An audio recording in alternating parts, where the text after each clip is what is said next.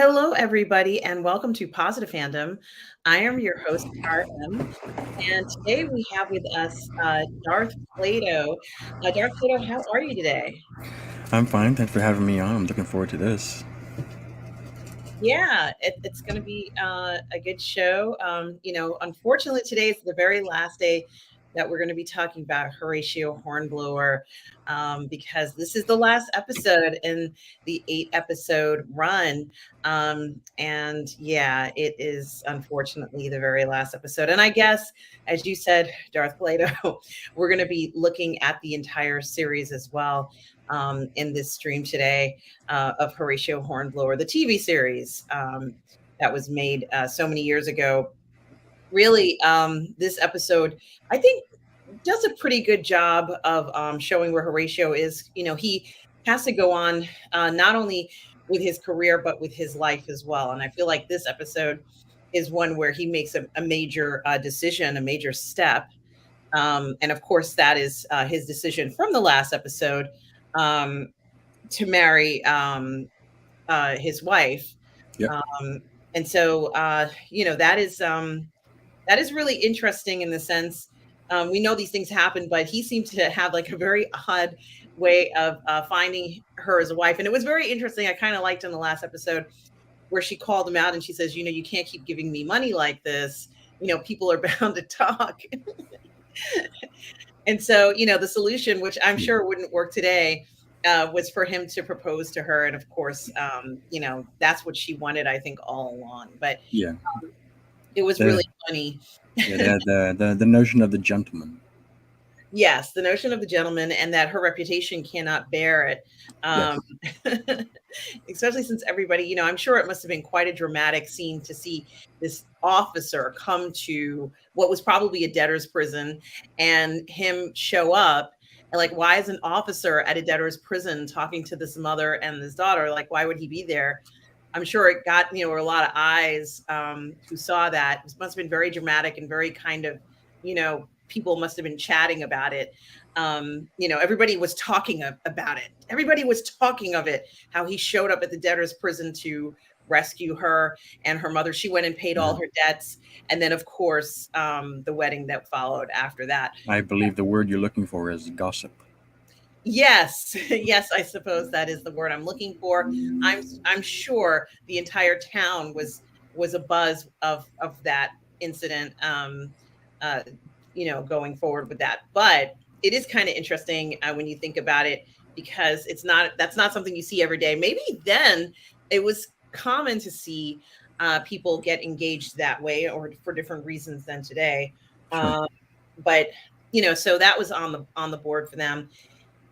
And I I have to say that this episode, I'm just trying to think of exactly how I would even put it into context. They do have their wedding, and it's a Mhm. modest wedding, but for the time, that's pretty typical of what these weddings look like.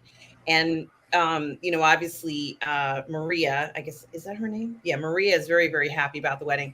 Her mother's happy about the wedding, and it's kind of the biggest thing that's happening. It kind of feels like the wedding kind of overshadows a lot of what's going on, even though we know that Horatio has to return to the ship. So that's always something that's looming. And during the episode, Maria says things to Horatio that sound very similar to, well, you wake up in the morning and then after you look at me and you're surprised that I'm actually here in your bedroom, then you look out the window because he probably is like forgotten, because it's been, so sudden for him, this whole thing. But to Uh, be fair, Mariah had gone through that before.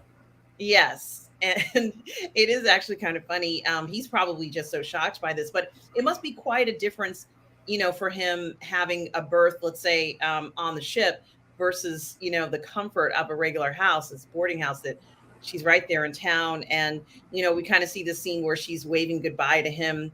Um, and it is kind of, she's kind of waving goodbye to him. And he's the captain of course, the Hotspur. He's still on that ship and um yeah, apparently um he has another mission. And this one, like it was kind of confusing because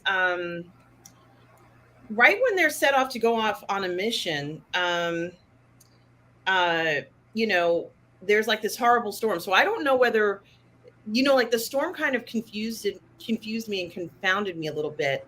But I guess that's what the storm was supposed to do in this context, because out of nowhere comes this couple, it's three people on a boat, on a small boat. Didn't it feel like it was out of nowhere, or It, is it just me? yes, well, it is forced. I'll explain that in larger detail when we come to it. But what they're doing in this episode is they're taking two historical events, taking them out of the time from which they belong, and putting them together in a really ramrod way in trying to make this episode. So I'm guessing, and I could be wrong, it feels like one of the historical events is a marriage that no one was going to accept, between this wealthy merchant's daughter and, an incredibly well-known aristocratic family, that they don't normally do marriages like that. So that was never going to be accepted in that time period. Second thing was, what was the second thing? Accepted by whom, I guess. Yeah, well, it wouldn't be accepted by the aristocratic family. So, that would be rejected. Like, they wouldn't want him to just marry anyone, or her. Let's say if it was a woman, you couldn't just go ahead and marry anybody at that time. It would mean that you have to change your life or be rejected by your family or whatever it is. So I got the impression that might be one of the stories they were telling. And I did like it, it was like they just showed up out of nowhere. And then there was this other part of the story where, I guess they wanted him to speak to, Horatio has essentially captured somebody. It's the same person, but who's a very important prisoner, like the most important prisoner, you could get.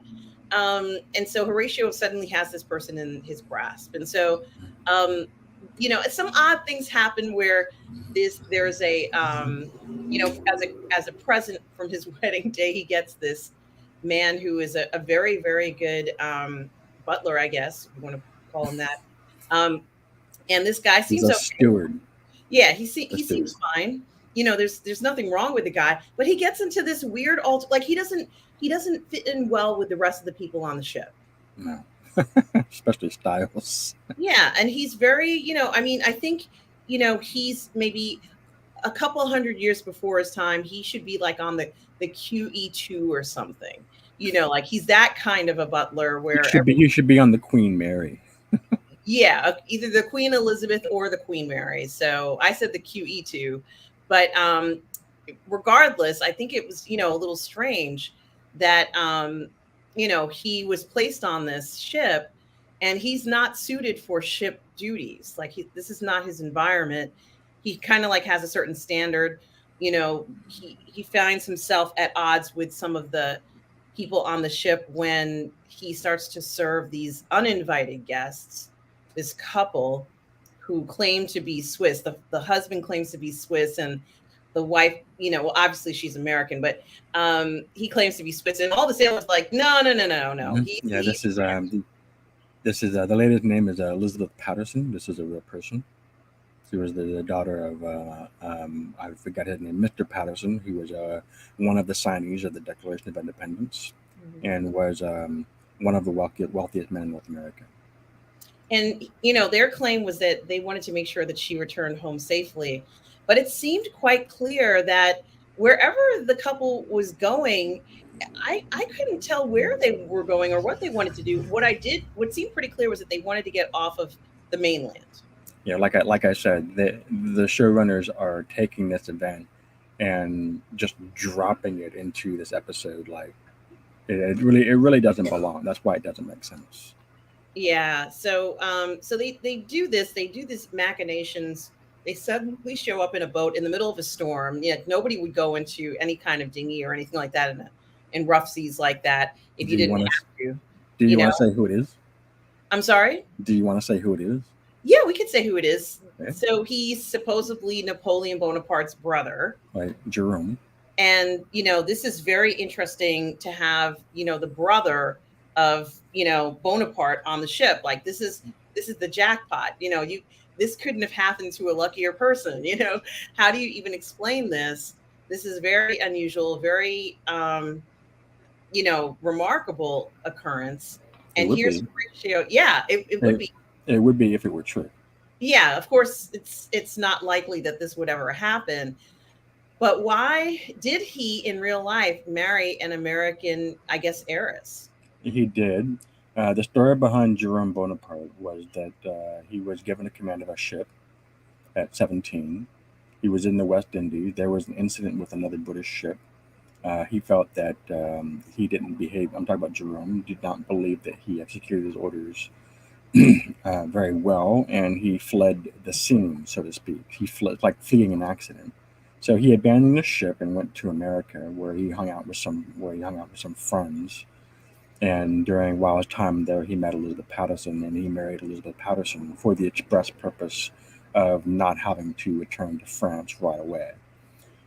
So basically, he was running. He was a runaway. He was not authorized to be there. So when he was challenged, because Patterson's family was challenging this marriage, he just Jerome decided that he wanted to defend this marriage and convince his brother to accept it. So they got on a boat and they went to Europe. However, they didn't go anywhere near the English Channel, or at least he didn't.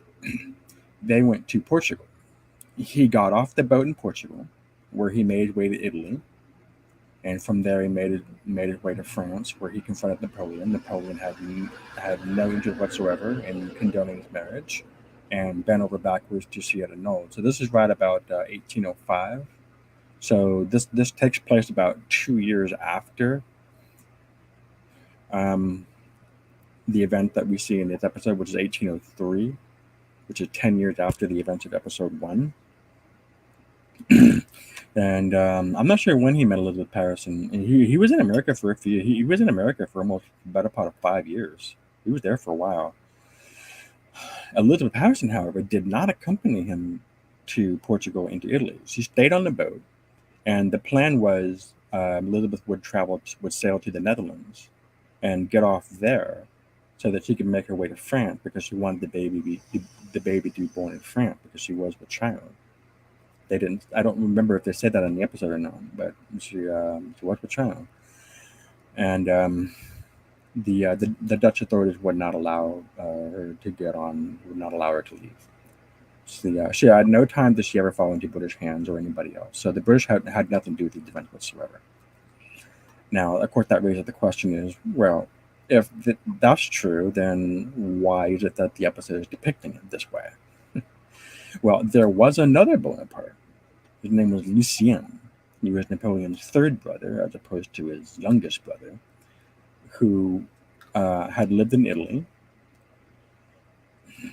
and he basically was under house arrest, so to speak. He had run afoul of his brother, and he was in Italy to be kept out of the way, don't make any trouble. He decided to leave Italy, leave Europe, and go to the United States. And so he traveled. He made his way up towards this coastline near Netherlands, where he was apprehended by a British ship, and he was taken to England. So, not long story short, that is the inspiration for what you see in this episode. Except they're replacing Lucien with Jerome. And of course, that event was in 1809, so that's several years after all of this. So that's the reality of what happened. Now, for the episode, I thought the episode handled the drama pretty well. There's this mysterious man that they don't know who he is, and it's like you have this keepsake with this prominent letter B on it. Well, what could that be? French accent? You got a B? Like, well, gee, that's rather intriguing for the audience trying to put that together. But it's entirely fictional, that entire exchange.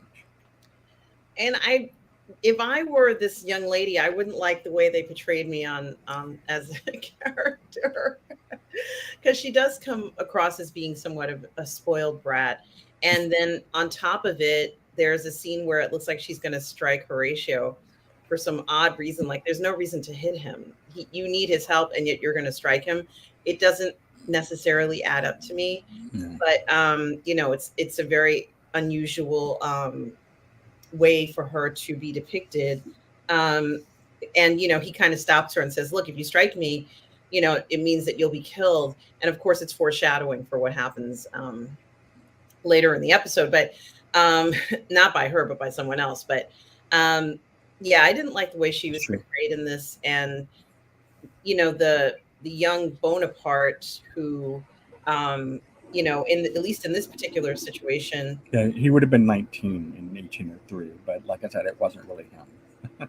yeah, well, let's say for the purposes of the show, the young Bonaparte, he seemed a little wishy-washy. So I think they did a good job of showing him where He he was. was married to Yeah. her, but he felt it didn't feel like a true commitment.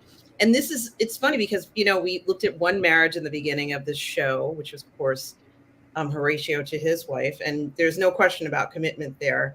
Yeah. But then she's kind of like this this young lady keeps popping up in Horatio's quarters. She just pops up, like she just walks in. And he's like, I really don't like you coming to my quarters. And I'm like, of course he doesn't like this. This is so inappropriate. Most women wouldn't even do that today. So what are you Yeah, doing? yeah, that's an important point. Especially in those days, it was considered very inappropriate to be alone with a woman with the door closed that wasn't part of your family. Yeah. That was a big no no in those days. I mean, this was very bold. And then she pretends like she needs his help. And then in actuality, she gets very close to him.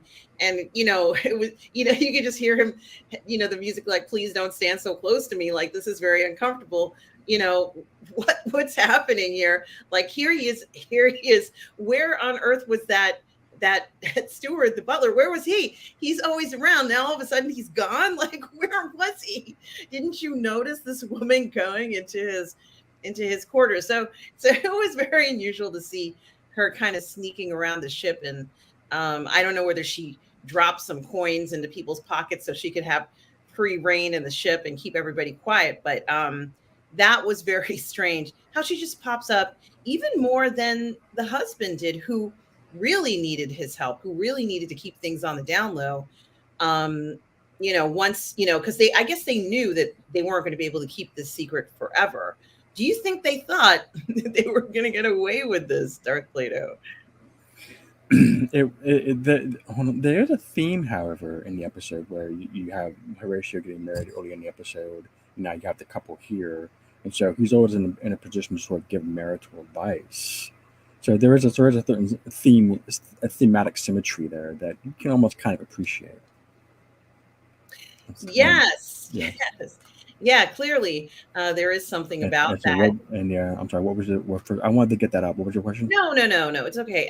Just did this young couple really think they were going to get away with this, Darth Plato? Because we've heard of couples going to Gretna Green at this time period. We've heard all sorts of things.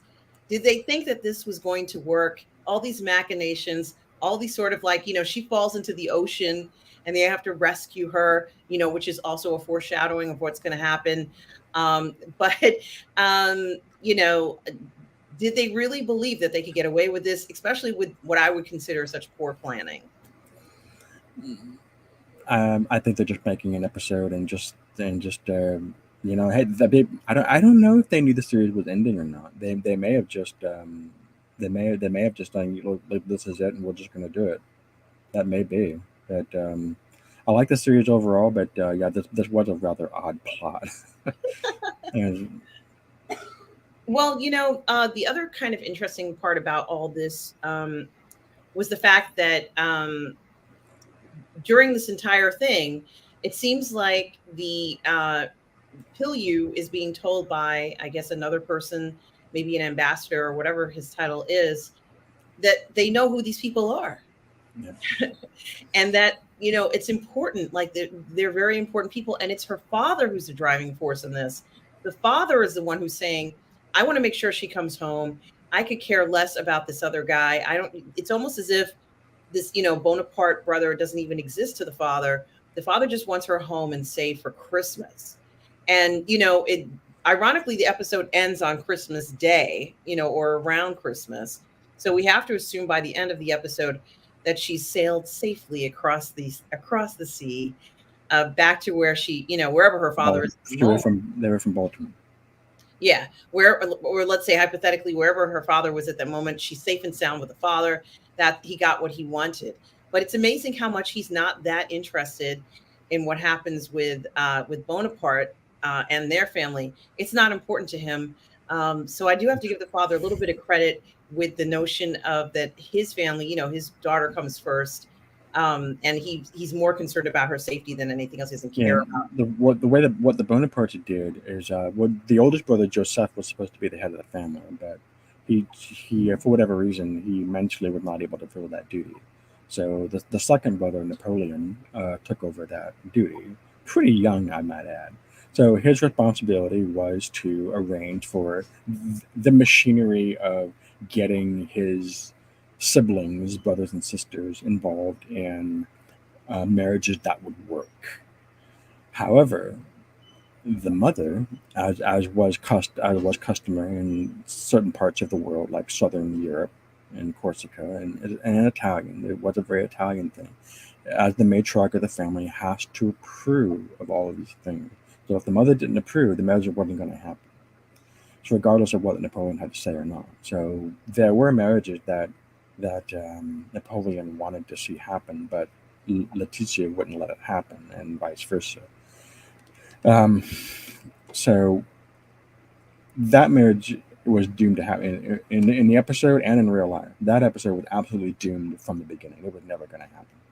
And we've seen even in Napoleon's family, even when he got married to Josephine, that there was, resistance to that union. Um, Yes, and his mother did object. yes, and that was kind of a pain for him. And ironically, this young bride tells Horatio, it's like a bombshell. She says, "Hey, by the way, I saw one of your ships, one of your British ships stranded while we were on our way here." And Horatio's like, "What?"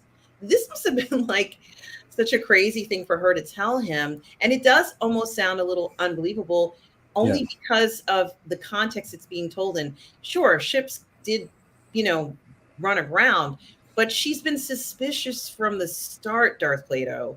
How much of her story did Horatio even take seriously? Oh, I don't know, but what I thought about that scene was I thought it was a bit of a cop out to have Horatio learn where he needs to go, the breadcrumbs, so to speak. There's breadcrumbs, and you have to follow the plot. But really, Elizabeth Patterson is the one that's going to lay down these breadcrumbs. I thought that was a bit. I got to crash my head there.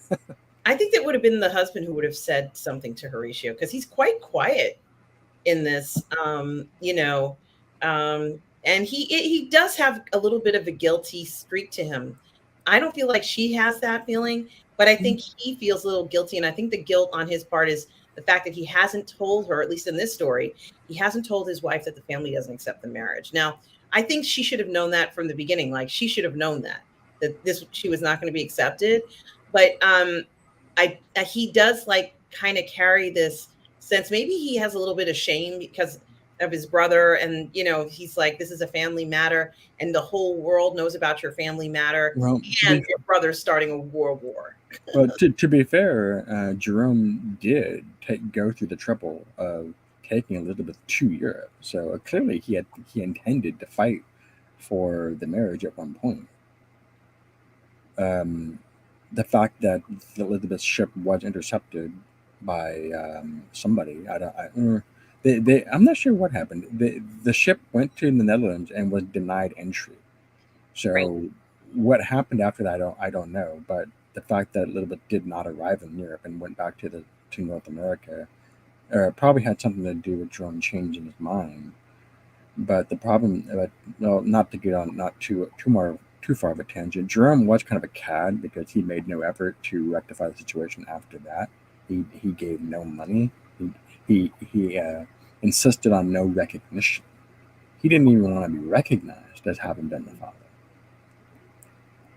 Yeah, and but it is very interesting. Well, let's say for the sake of this story, Yeah. that we see a situation like this where you can just see the husband is like, "What am I going to do if she finds out that, when we arrive at the palace, they're going to be like, we don't accept you."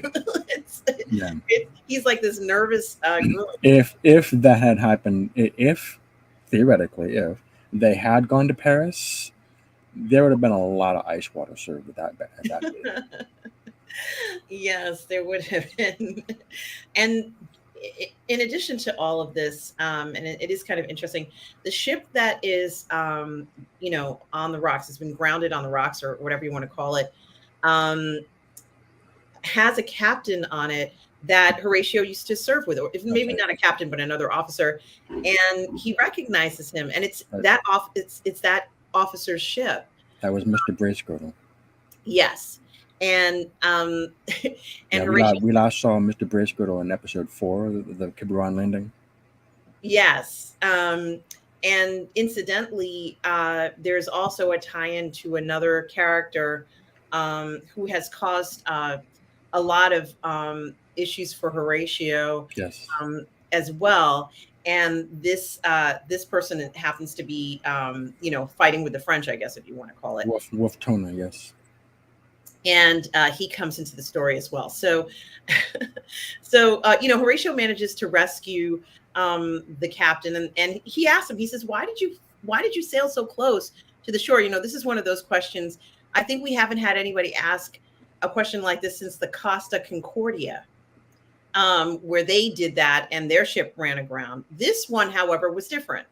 He was going close to the coast because he saw cannons and all sorts of weapons, and he says he was kind of watching them for a while, and then he noticed that they disappeared into they kind of disappeared. So he was witnessing some kind of troop movement, which is, he's in the military. This is what these guys do. This is what he would witness and observe. But I guess at some point, Darth Plato, he and his crew were attacked, right? they were attacked by the French. They were attacked by the Irish, and that brings us to the other. Remember what I said before, that this story is taking two historical events and dropping them into this episode and ramming it together and trying to make a story. The angle on Jerome Bonaparte we just talked about. The other is the Irish, the Black Legion, and the Irish Rising, and the alliance with France to invade Ireland, and from there as a stepping stone to England. Now, the idea of a foreign power invading Ireland is not new. There's been talk of that going back to the 1500s, which is why the English have been have such a hard on, so to speak, about controlling Ireland, because if they don't control Ireland, somebody else will. So it's a strategic matter as far as they're concerned. The issue did become a very live one in 1779, where the French and Spanish fleet joined forces and threatened to invade England. That was a very there's a very real there's a humming in the background. I'm not sure what that is. That was a scare. Now, more recently, 1796, 1797, and 1798. Now, these episodes, 97, 90, 96, 97, 98, are what we're seeing in this episode. What the episode takes place in 1803. So, like before in episode 4 with the Quiberon landing, they're taking a historical event, but they're putting it in a different time frame. So that's what we're seeing here. These events took place in the 1790s before the Peace of Amiens. The episode is depicting as taking place after the Peace of Amiens, and it was something that Napoleon was trying to achieve. In fact, Napoleon never liked the idea of allying with the Irish to try to get a foothold on Ireland. He never liked that idea. So they're sort of putting that into his mouth. So that's what we're seeing in the episode. There is a historical basis for what we're seeing now about French troops allied with Irish extremists and trying to get some sort of thing going where they get 15,000 French troops onto Irish soil and provoke an uprising. And from there, who knows what would happen. The whole thing was doomed to fail, but that they were amassing at Brest. Pellew was involved in the naval operation to observe Brest and to intercept any ships trying to make the journey to Ireland. So there is a historic basis for that, for him being there. I think I vaguely recall remembering that there was an English ship that did shipwreck somewhere, so that might be where they're getting the idea of Bracegirdle's ship. It's been many years I read this. It's an interesting portrayal of what's going on, and of course, once as I said before, I guess a diplomat or somebody tell you about the couple, how her father's looking for her, and then of course once Horatio realizes who he has, the ship, I guess they're trapped on the ship, or kept on the ship. The ship is quarantined, so no one can go on and off the ship, so no one will know that they're on that ship. And the intention, at least for what I believe the British Navy's intention is to follow the request and send this young lady back to her family. But Horatio does something very interesting. Um, he gives the husband a choice. Mhm. He says, "You can go back and stay with your wife, but you'll end up in a British prison." I think that's what he was saying. Or you can go to France and try and work things out with your family. But if you go to France, you go alone. And he was like, "Excuse me?" Why would I go alone when I'm still have my wife with me? And I think he realizes that he's not going to be able to bring her with him, at least not right now. He seems quite shocked by this, but he decides to go back to France, which I'm not surprised. Who would choose prison um, over going home, where he, just go back to the palace or wherever he would go to. And when his bride finds out what's happened, like I said, she's surprised. But I was not surprised. Why on earth was she so surprised with all the machinations and craziness that was going on at this time? And her father being so persistent to get her back. I wouldn't be surprised if he threw a bunch of money towards the British government to get her back. A lot of bribery, Yeah. maybe Well, millions of dollars to get her back. he was the richest shipping magnate in the world at that time. So yeah, he could have done that. Yeah, and I wouldn't be surprised. She maybe had a sense of freedom being away from him, being away from, let's say, her family, if you will. But Toluca. yeah, but it seemed pretty clear that there was absolutely nothing on earth that was going to keep her family, especially her father, away from her. If he had that much pull, if he could find her this way, Darth Plato, certainly he was a man of influence, and of course he is. But you know Mhm. what I mean. Like this is very rare to have a person who can have that kind of reach and Yes. power. Yeah. And I kind of liked that. But Horatio also, I felt, could have done a lot of things with Napoleon's brother. Why Uh, did he give him a choice of what to do? Because Horatio would have been a hero coming back and imprisoning Napoleon's brother, right? well, like yeah, I don't know why they gave him the choice. It's we know Jerome didn't fall into enemy hands. He did go to Europe, so he can't really fall into English hands. Look at the writers can say whatever they want to say. It doesn't have to correspond with history. They bend history pretty well. They don't really break history, but they are playing fast and loose with it. So I can kind of like I'm not a writer of a TV show, so I can kind of be a little bit sympathetic for how they're trying to get this all to work. I thought it was a little unbelievable in this episode how they did that. Although the drama with the Irish Rising and the French trying to land in Ireland, that was real, and that there is a real tension there. Um, as far as history goes, what happened to Lucien when Lucien was intercepted by the British? He was taken to England, and he was offered a house, Worcestershire. I'm not sure how to pronounce that. Somewhere in the southwest of England, and he lived there for I think 4 years. I'm not sure how long he did. He went there in 1809. He left, I think, in 1814. So he was there for about a part of 5 years. He returned to France in 1814, where he reconciled with Napoleon. But they had a bad falling out, Lucien and Napoleon.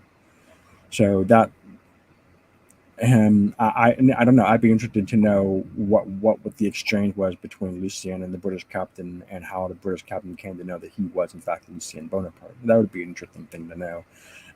Maybe the showrunners had a little insight on that, and maybe he was offered a choice and said, "Give it, or let me get this straight. I can either go to England, or I can go be with Napoleon.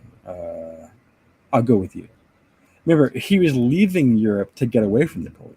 So, yeah, like I said, not to get on too big of a tangent here, but Um, it's not inconceivable that a choice could have been offered. And Lucien, because Lucien was well cared for, he would offer his own house, and he didn't make any attempts to escape. And when he said that he wanted to leave, he did leave. But by that time, Napoleon had been fallen from power, so that may have been why he was allowed to leave. Yeah, and I think that some of the stuff he may have been wanting to run away from was the fact that there was a lot of opposition to Napoleon as well. You know, he wasn't a leader that was 100% supported in his own country. So because Yes, of yes, this, and they were at war. Yes. yeah, because of this, that was not something that maybe he even wanted to be embroiled in. He just wanted to be married and have his family. He was not a soldier. That young man was not a soldier. Who? So his younger brother, Napoleon. Yeah. Well, technically he was, but he really shouldn't have been. Yeah. And so I get the sense that he really did not want to be in a position where he would have to, bear arms or anything like that. There's some people who this just not anything they want to do with their life. And He did become. Hold on. He did become a soldier. He did serve at Waterloo, so mm, he did see action, but that wasn't until many years later.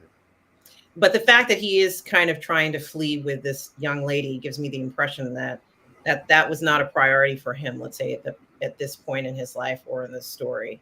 So now when he returns, he's going to be forced to do something like that, I imagine. And No, yeah, I kind of get the sense that he was just running away. He went to America because he was running away, exactly. and he left America for the same reason. He did because he wasn't going to be able to.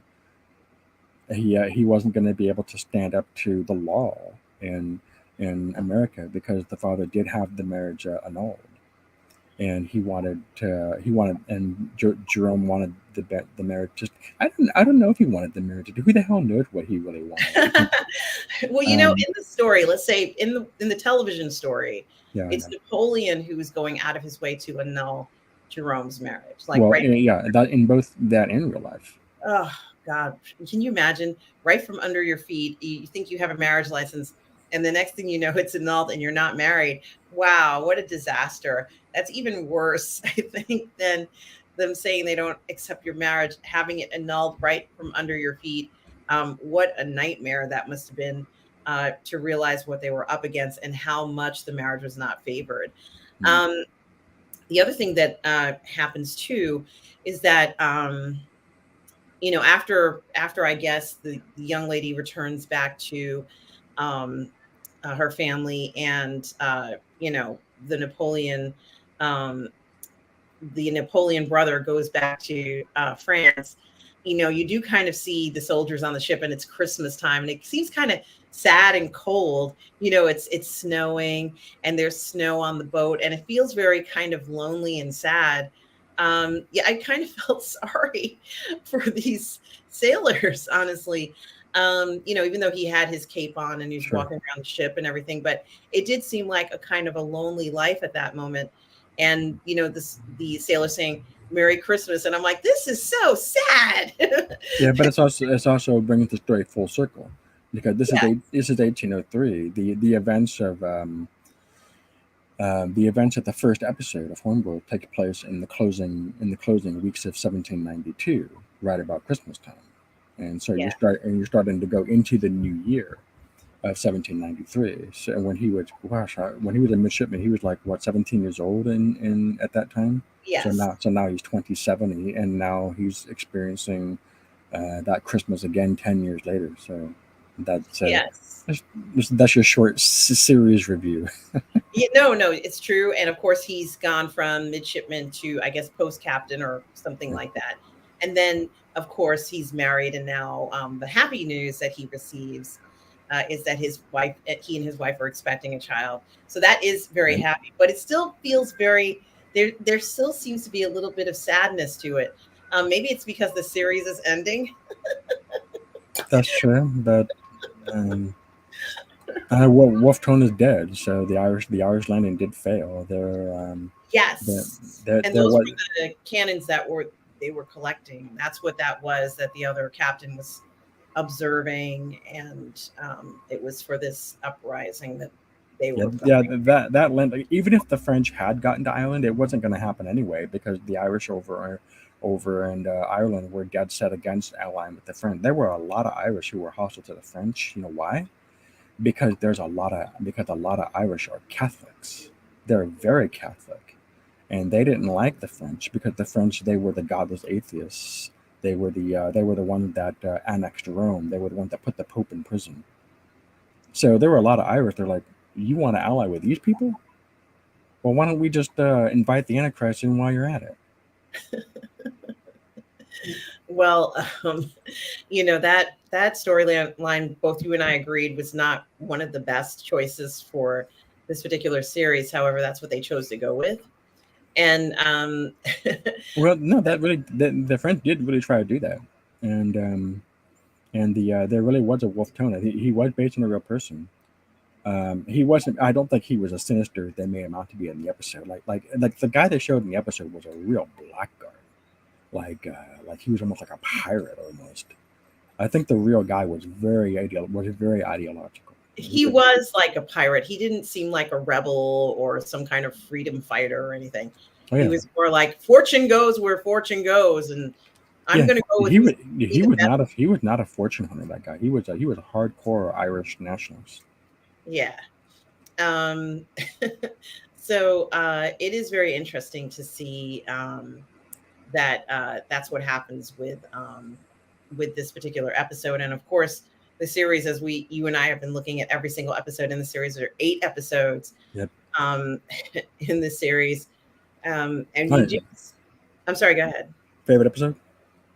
Favorite episode? It's a good question. What is my favorite episode? Probably the mutiny one. Okay. Which You? part one and part one and part two? Both of them, but Okay, so episode 5 and 6 together. Okay, yeah. I accept that. What about you? That's a lot of drama. I admit there's a lot of emotion going on there. In terms of the production value and everything that they were able to get into those episodes and just the sheer emotion of it all, that those probably are the best episodes. I agree. However, I do have a special place in my heart for episode 4, and so I'm going to go to episode 4. Certainly, also another very good episode. Um, yeah, I thought that this production overall was excellent, Darth Plato. I think you do see Horatio grow and deal with a lot of stuff. And, these guys had to keep their wits about them. There was a lot of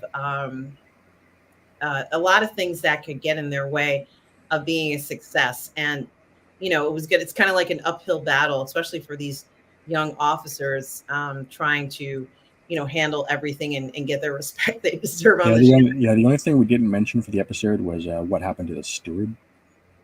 Oh, yes. So he does end up having a fortunate experience. It's almost like a Christmas pardon, if you will. He was going to be brought into shore and then, of course, hung for striking an officer. And, there's a British ship, I guess, called the Liberty or some, I can't remember what the ship was, what, country the ship was sailing for, but it's a ship, I think, called the Liberty for obvious reasons. He said, look, you could probably, I don't think he swam over there, but it's like, you could probably take a ship, a dinghy and get onto that boat and no one would know you were gone. And so he kind of grants him his freedom and he'd be very, very successful in the United States. Yeah, I just thought it was messed up how he even got in that predicament in the first place. I mean, Styles messed with him for really no reason at all. Styles is a real a-hole at times, and this is definitely one of those times. And a fight breaks out, and he accidentally struck an officer. Okay, yeah, he struck an officer, but he didn't strike the guy. It wasn't purposeful. For goodness sakes, like, you're really gonna hang the guy for that? That just seems like, come on. Well, he didn't understand the rules on the ship is that you strike anybody, it's like there's going to be some consequences. It's not like if he was in a regular household, a servant in a regular household would have been different repercussions. Yeah, he's a steward, for goodness sakes. You're not gonna hang the damn steward. Yeah, it was a harsh punishment, but for all purposes, the steward was like the master on the ship. So it's like you're striking the master, almost that level of authority. Where so it was unfortunate. It's a shame that character had to go through all that craziness. He never belonged on the ship. I mean, it was a great gift from Pellew, but there it goes. He lost his butler or his steward. Like he ends up losing. I don't know. I think I would have found another steward before I would have let him go, but um, that was kind of a happy ending for that gentleman, and I'm glad he got away. He doesn't need to deal with all that Well, craziness. I guess somebody else will have to have the distinction of being Horatio Hornblower's Batman. Absolutely. I'm sure he'll find someone who can take his place, but that was a gift. I mean, that's a hell of a gift to have someone have a servant like that who Yeah. knows. And here's the catch: you got to swim for it. Yeah, That absolutely. must have been cold water. What month is that? Christmas time? That must have been cold water. Yeah, that's why I'm like, no, he's not swimming, but maybe they'll give him a dinghy. But he can't swim in that water. It's too cold. So that was kind of strange. Um, that he suggested. I'm like, swim. They're not in the Indies where the water would be warm. So he apparently, I guess, gets his freedom, and it is nice. It's like a little Christmas uh, amnesty kind of thing, or whatever it is, a Christmas pardon, if you will. Even though he didn't really do anything wrong, as you and I both have said, but yeah, Horatio's done well for himself, and of course, he could probably have another 20 or 30 years in doing this work, however long he lives. But yeah, it's I was going to say it was a hard going for him Yeah, for I'd be curious to know if the book actually. I should have realized it. I wonder if the book actually does this episode the same way, Mhm. or if or maybe how much of it is the show and how much of it they're getting in from the book. I don't know. I don't know the answer to that. I'm gonna look that up actually because I'm interested in it. I didn't read any of the books. I didn't read any of the books, but that's a good question, and it is something to think about in regards to obviously this is a television screenplay adaptation of the book. I doubt that it's an exact. All right. Um, So, final recommendation is I think the excuse me, this season 8 episodes is overall a plus. I would recommend anybody watch it if you have a soft spot for historical fiction. It's almost 80. I have 85 90% of the episode takes place on a ship, so it is naval stuff. It's right about the It's right about the 1790 20th century, right about there. So there you go. Yeah, it is wonderful. I think the actors were well cast in this series. They did a great job with that, and you're right. There is a lot of onboard ship action, which is wonderful. The closest thing I could think to it, for me anyway, was Master and Commander would be the closest one. Of course, that's just a movie, but that movie also reminded me of this particular series. The feel of it for me. I don't know about you, but that's how I felt about Master and Commander, yeah. That's an excellent movie. yes, yes, it is. And it had a similar feel to me, like this series does, I think. And of course, maybe they were made around the same time too. It might be 20 years ago that Master and Commander came out. Yeah, it's about that. Yeah, about that. Yeah, so another well-made, kind of, Yes, it was. It was. Yeah, yeah. Very different circumstances. yes, and of course, I think they were in the Indies for a good portion of that one. But the They point were. being, They were. Yeah. They were. No, they weren't in the Indies. They were down in around the Straits of Magellan, around the coast of the coastal oh, the areas Horn, of South America. Near the. I think they were up to Horn the was it Galapagos the Horn Islands of at one point. Africa? Was Hmm? it the Horn of Africa, or was it? It wasn't the Mas- Horn of Africa. no, it was the Straits of Magellan. Okay, They were and down. They were down that area.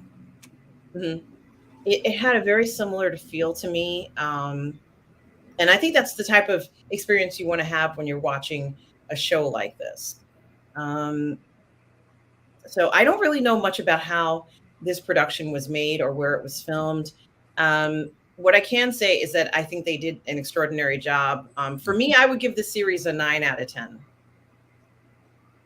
All right, What about you? I give it an 8 out of 10. Okay. Okay. Well, I like it, but I do have some complaints about the historicity. But they're just changing things around. absolutely. I would say, it's not a documentary. Um, So, they did change a lot around. But for the look of this series, for the look, if you're trying to immerse me into that time period, Yes, yes, boy, it looks good. yes. It It is. feels, It's very good for making you feel like this is something that really happened, yeah, because a lot of it did. yeah. And also, Darth Plato, I did want to say, in addition to those cabin scenes, which are incredibly hard to film because they're like just crumpled around one another, and the lighting is poor, and it must have been uncomfortable to film down there. The deck scenes are nice. The ship looks authentic. The sailors, the wardrobing and costuming looks authentic, and the port scenes when they're in port looks incredibly authentic. I loved it. I thought that it looked really good for what it was. So that's why I gave them a 9 out of 10 personally. Now I know it's not 100% historically accurate, but that's okay. I think they really brought you into that time period. Um, yeah, I think obviously Sharps did that as well, but they're not, and it's not a naval style story. No, It's it's the same sort of thing. It's a fictional character set in a time of a very rare historical event involving real people. There were real. Some of the people were really people, like Captain Pellew and Jerome Bonaparte and the governor of Gibraltar, that Dalrymple character. So many people were real characters. They were real people. And it's just interesting to see them take this fictional character, and they did this in the Sharp series as well, with Sharp and with Hornblower in this case, and it's very believable. You almost think this is really happening. absolutely. So I do have to say, in regards to production wise, I just loved it. I thought the whole thing was great. So thank you, Darth Plato, for joining me in reviewing Horatio Hornblower's series here. And Darth Plato, you and I are going to be next week. We're going to be looking at a historical film called Pearl Harbor. We're leading into Memorial Day weekend, and we're doing this historical film. Is that on Monday? I'm sorry. Is that on Monday? You mean, is what on Monday? The what day is Memorial Day? Yes, it is a Monday. It's Monday the 29th All of right, May. all right, I'm ready. Well, we're going to be doing our review. We're doing our review on the 25th, which is a Thursday, which is the time that we normally do our show. Now our new time. And but guys, for those of you who are watching, just want to let you all know that that's what we're going to be doing. We're going to be doing a live watch party. It's going to be broadcast here on Positive Fandom and on the Burnettwork. I moved it to 5 p.m. Darth Plato. I hope it's okay. Yeah, I just want to say hello to everybody in the chat, and thank you for Tom Junior Jackson for moderating. Absolutely, Tom Junior Jackson. We are all goof people. Thank you for everything. My collaborator, moderator, and good friend. And also to Debroca One and Mighty Orbots. Hope you all are well out there. Do keep in mind that's what we're going to be doing next week. It's going to start at 5 p.m. And we are going to be talking. It's going to be a live watch party. So we're going to be watching Pearl Harbor, the movie with Ben Affleck. It's going to start at 5 p.m. Eastern Standard Time. And of course, we are doing this leading into Memorial Day weekend, guys. So just keep that in mind. So that is going to be coming up next week on our next historical series here, Darth Plato. Darth Plato, where can people find you? You can find me right here on the Positive Fandom. That's and wonderful. Burnettwork. Absolutely, guys. You can get in contact with Darth Plato here on Positive Fandom and on the Burnettwork if you want to reach out and find out more about Darth Plato. Of course, you can find out more about me here on Positive Fandom and the Burnettwork, guys. Everybody, thank you so much for watching this series. I absolutely love it so much, guys. Yes, live long and prosper, everybody. Thank you so much. And guys, remember, no matter where you are in the galaxy, always remember to please be kind. Bye.